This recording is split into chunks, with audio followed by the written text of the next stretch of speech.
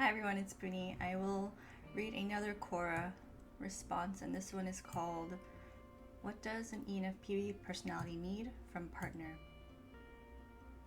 So let me make it a little bit bigger again because my eyes. Okay, so again, this is on my Quora page. I will also link it in the description. ENFPs need open-mindedness and acceptance. We ENFPs do not live, think, love in the most traditional of ways. We career hop. We drop everything for one idea and change plans without notice. We start projects or ramble about causes in moments of intensity. We need a partner who accepts difference, from not always having our schedules and responsibilities in order to dressing or behaving like a 30-year-old child. The blurting of ideas and millions of unfinished projects, we need acceptance to merely be. With acceptance comes vulnerability and connection. We will be loyal until the end if you accept us and our quirks. So my note on that is, when you're a divergent thinker, the world measures success in concrete ways that you're not always able to meet. We don't always care much about money. We play in the realm of ideas and possibilities. Growing up, if we were lucky, we had someone who understood and accepted us where we could thrive. I find that this is rare, so we tend to hide parts of ourselves, even in close relationships. To have someone fully accept us would allow us to grow into our potentials, and we would make you feel like the most important human in the universe if you fully accepted us. So I'm going to respond to this. I know some people who are not ENFPs, or who are ENFPs too, might think, well, no one's responsible for your growth. No one's responsible for you to change and become a better person. Yes, it's true. And yet we are social animals, and it's a paradox. Everything is a paradox where when you're accepted as you are, you grow. When you no longer have to scream and shout to be heard, you find inner peace without needing to express your world or how you think. But in the beginning, for a really long time, you're shouting and you're screaming, please understand me, please listen to my story, can you just listen? And then most of the time people don't, because they don't think that way, and they just shut you down. It's too intense, it's too much, it doesn't make sense to me, it's different, it's bad because it is different. And we internalize that, and so we don't grow. We actually become the hurt versions of ourselves for a really long time. We could either, break down more, we feel hurt more, we maybe become toxic ourselves, we damage relationships, we adopt really unhealthy ways of coping or seeing the world, and that, again, is relational. It's relational pain. It's perhaps even traumas that we go through, and so to have someone fully accept you, it really does help you go in towards your fully authentic self. And I think in terms of relationships, I don't think it's the responsibility of a partner or a friend to do this. It's a huge burden. If you're really, really wounded and you need help, I would recommend a therapist. So that's my note on that. So the next bullet point is kindness and gentleness. The world is perceived as a beautifully chaotic and dark place for introverted feeling FI users. With this heavily subjective filter, the words and actions of others can be perceived as harsh, mean, even unjust. We feel criticisms a bit too harshly as we internalize and feel the judgments of others. Even if we say we don't care about the opinions of others, we really will very much care about our partner's words and opinions of us. Even if someone says something that other types could see as fair critique, we may disagree and feel it's too direct or cruel. If we are not showered with kind acts or words, we will stray to the next warm and shiny person or opportunity. So I write my response through the lens of a woman who has seen and participated in unhealthy, toxic, and even abusive relationships. When I read posts in the typology groups, I see far too often how we stay beyond seeing red flags. We minimize our worth or how we deserve kindness. Kindness is a minimum human trait. When we're sad or upset, please treat us as gently and patiently as you can. Our inner child is a strong archetype, and we need babying until we can become more resilient to criticism and the harshness of life. If this is not possible, please encourage us to seek a therapist or coach for inner child work. I want to think about this one for a little bit. Let me think.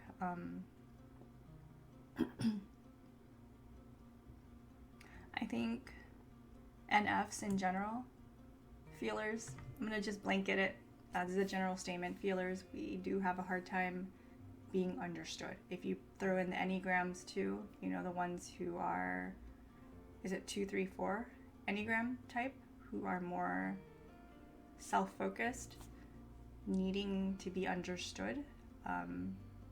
The world is a harsh place. It is harder for us. I'm gonna throw in 9 too. It's not easy to be understood. We seek something that others cannot provide initially. It's kind of like this fluid work that must take place between individuals in a partnership, in a friendship, in a relationship, where the more compassion you offer yourself, the more peace you give yourself and grace to grow, the more someone else is able to kind of hold more of your intensity or seekings to be understood. And it's like, it's hard. It's just hard. And yet when we are criticized, like, you're too intense, you don't make sense, you're asking for something that's impossible, these are criticisms that we can take personally instead of objective things to try or do or even introspect on. They're attacks on our identity and our self-worth. So my note on that would be to identify ways for you to nurture your self-worth, because again, it's so tender, it's so powerful and intense, the wanting to be loved and understood in a certain way, that most people cannot provide if they're not intense to some degree as well. And also if the FI user has not been able to do personal work themselves, then it is going to be difficult in the beginning to nurture this elevated type of understanding where both people will get what they need in a relationship. So kindness and gentleness can go a long way. Like the FI user usually is very gentle,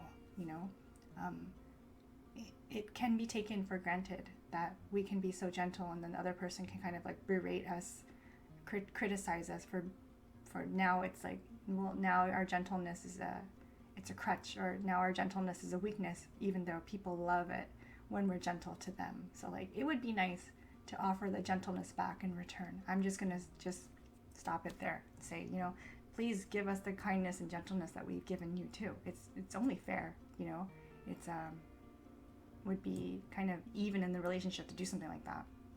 Expectations, Okay, so the next note is playfulness.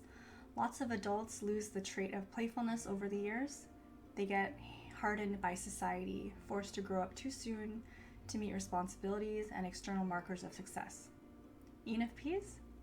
Let's dress in our unicorn onesies and get ice cream, take our books to the beach, and read under the stars together. Did we have a task due tomorrow morning? Well, we'll wing it last minute. Life is meant for play and spontaneity. When a partner is too serious, we will feel like our freedom and personality is being controlled. We may find other people to have fun with and start seeing how the grass is greener on the other side. So being playful doesn't have to mean behaving like a child, like temper tantrums, eating candy for dinner, acting selfishly, like egocentrically. To us, it means honoring our authentic selves, the part of us that hasn't been warped by socialization. An inner child is pure, filled with awe, creative endeavors, and innocence. When you're able to tap into your inner child too, we can connect with you on a more intimate level, inner child to inner child. Okay, the next note is on groundedness and steadiness. As scattered people with difficulties keeping routine or managing adult-like responsibilities, ENFPs need someone to balance the scales by being more grounded and steady. We seek this in a partner, so you don't need to change yourself when this is an asset in a relationship. Remind us to have a semblance of routine with self-care, hygiene, and eating meals regularly. It may sound like being a babysitter or a parent, but I disagree. I think it can be very rewarding for many people to be a caregiver for their partners, and for ENFPs it's not too comprehensive. Since we demand independence, a few check-ins to ground, however you choose to do so, can really help us stay on track, or at least remember to eat when we're stuck in la la land for too long. And I think people who watch this or read my post, you can disagree with that, I think, but in terms of like relationship dynamics, as a caregiver tends to come out. One person cares more for the well-being of others or all people. Like, it just tends to happen, but the person who is a caregiver, I want to extend this permission for you to step back. You cannot make the lists for everyone or all the ENFPs to get the stuff done. They still have to have the motivation and the energy and the will to do it. There's so much you can do, but having that encouragement, at least giving some type of structure in their lives, like you're there for them, maybe help them remember to not stay up until 4 a.m. Googling things or playing video games, being there to help ground them when you know that their default is to be more scattered and future oriented than most people. I think it would just help, again, just to offer a check-in here or there without expectation. I think that's the thing that would help too. When we attach these suggestions for care and groundedness with expectation, that's pairing people with disappointment. And again, people are individuals who will change on their own time. When you offer that belief that they will change, they tend to change without expecting them to. Telling or showing us everything is going to be okay. Let me say that again. Telling or showing us everything is going to be okay can manifest in different ways. Depending on our love languages, I think reassurance can help ground an ENFP from their any-driven wanderings or jumping to conclusions. Let us know it'll be okay. We're still loved, accepted, and we'll figure it out together. This is huge for us. Like, we have this thing with jumping to conclusions, like going down dark rabbit holes where we don't know the truth. We just are so good with possibility beyond possibility. It could be this or that, and we start going endless, oh, they don't like me anymore, or I think they're upset with me, or my future is over, that mistake I made is the end of the world. And so they keep going, right? And just letting someone know, hey, it's tough right now, but it won't always be tough. I'm here with you. Some people need to hear that. I can't change how you feel right now, but you're loved. It will be okay. It won't be okay for a while, or but I'm still with you. We can fight through this together. Life is hard. If you have someone fighting this world together, it just makes a world of difference. It feels so much different to have someone on the same page. Yeah, life is a struggle. Life is hard, and we can support each other through hard times. It feels good. Right. So mystery and depth. Many ENFPs consider human behavior their strongest fascination. When we meet someone who has layers of depth, mystery that ENFPs can't truly comprehend immediately, we're hooked. Intrigued with unraveling this human puzzle, we crave more. We want to be around you, pick your brain, observe you. We want to understand you. To know that a mysterious, even distant person has chosen us to slowly be vulnerable can give us warm fuzzies. It can be a rush to connect with someone so rare, like a legendary Pokemon. If you're not inherently deep, you may prove yourself wrong when an ENFP chooses you to pursue. There's something magnificent and complex about every person, and we will find it. The tendency for us is to court introverts or emotionally distant extroverts. So just be yourself, and we will become fascinated with and be compelled to better understand you. Yeah, just be who you are. We'll love you. We'll find something, almost everything to love about you. A lot of stuff. Okay, next is freedom to explore and come back, and physical and emotional home in a person. We are social animals. Whether you are a friend, lover, or family, ENFPs will seek to find a handful of people to trust to be their home. If we trust that you accept, love, nurture, and encourage our authentic journeys, you'll become our person. Even if we disappear to process or explore for days or weeks at a time, the bond we have with you is unbreakable in our minds and hearts. If that arrangement is something that works for you too, then I think it has strong potential for long-term success.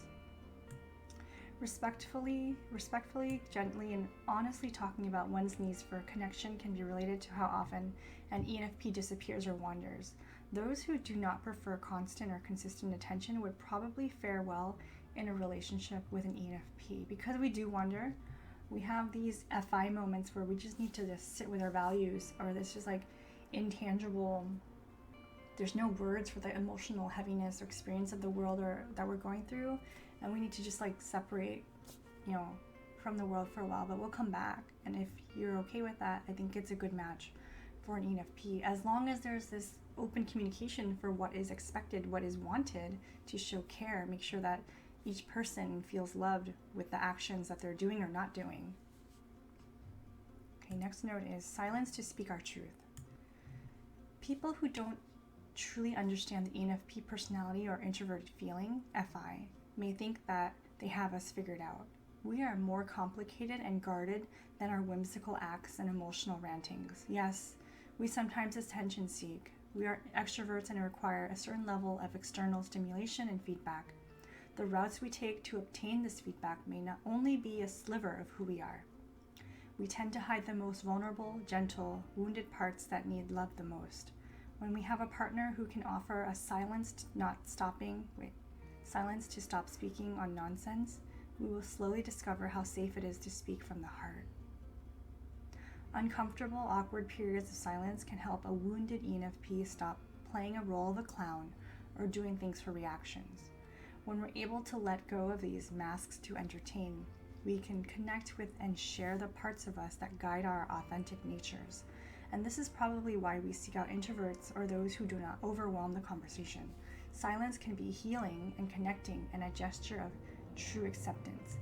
A thought that I have now about this is like, again, it's not the partner's job to fix or heal someone, and yet when you find a connection with someone who you think that has potential long-term, good stuff going for you, this can help. Again, you're not their therapist. You're not going to help them, dramatically overcome life's traumas and things like that. If you want it to be an equal type of relationship of love and care, it's not your job to fix them. And yet you can do this to help them grow together with you. Like, as long as they're offering something back to keep the balance going, you get something back from it, they get something back from it. And it's not like a skewed imbalance of, again, you're their healer, instead you're their partner and they're equal. Then I think something like silence can really help an ENFP meet their potential by being seen and offered space and silence to speak on things that matter, not just entertain and seek that stimulation because they are an extrovert. Realistic and emotional encouragement. ENFPs are constantly questioning their authenticity and life paths. Every now and then we think about being normal or selling everything to live on a farm on the other side of the planet. We have emotional whims to become a new persona, to champion a new cause. We are unsettled with who we are, and having someone as a loving mirror to reflect our presence would be a huge sign of connection, love, acceptance, and patience. It would mean the world to have someone remind us who we are when we want to try another hat of possibility. This is a personal and vulnerable note on embodying possibility. The desire for evolution never truly goes away. As an older ENFP, I have fought and cried and negotiated with my inner child, my heart, and my logic on what it means to live an authentic life, to meet your basic needs, to consider the wants of others and society. We live the struggle and path toward becoming our true essence. When we have one person to remind us of our beauty and perfection, everything can fall into place. Yes, we can do it for ourselves. The romantic part of us seeks someone to help support our journey of coming back to who we are. And if you read this far, I want to remind you that you are perfect as you are. So, I think this last note is pretty important. again, your partner is not your therapist. Your partner's not your nurse. Your partner's not your healer. That's not their job. Again, that could be a manifestation of some type of codependence, of kind of focusing on other people instead of yourself. That's something to think about. If you're always the healer in a relationship, you can be a healer. You can heal others, and yet you're going to feel like you're always missing something out if you're just healing people all the time. They're not helping you grow. They're not encouraging you to be your best. You're just feel good because you focus on other people and helping them meet their potential. And then you're left and drained, and you feel maybe resentful. That is something, again, to check yourself, keep the balance. When you seek someone to encourage and grow, you want to do it as a team. You want to hustle together, So for us, some of us who need that one person, it is the catalyst for personal empowerment. There can be little moments in your life where someone sees you, and that could mean so much, where yes, someone saw me, I can do it for myself. Someone showed me an example of how to show love. Someone gave me an example of how to be kind to myself.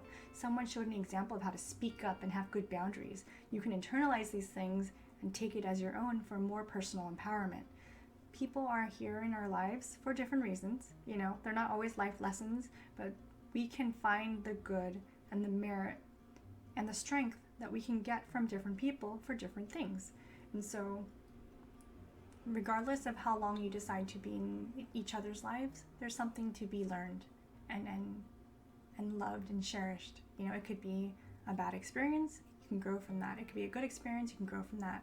So please take a look over the list. I'll link it in the description. Again, my reminder is that you are all worthy. Sometimes it takes someone else to remind you, and until you can internalize that, please take these words and comments, especially the comments of this video, and other videos that I make, to know that people are going through similar things, and you can maybe not feel as alone during the struggle, because it's hard. It is a struggle for a while, and then slowly through your hero's journey, you'll feel more empowered to claim your authenticity and fight for who you are. So, thanks for watching, everybody. I appreciate it so much.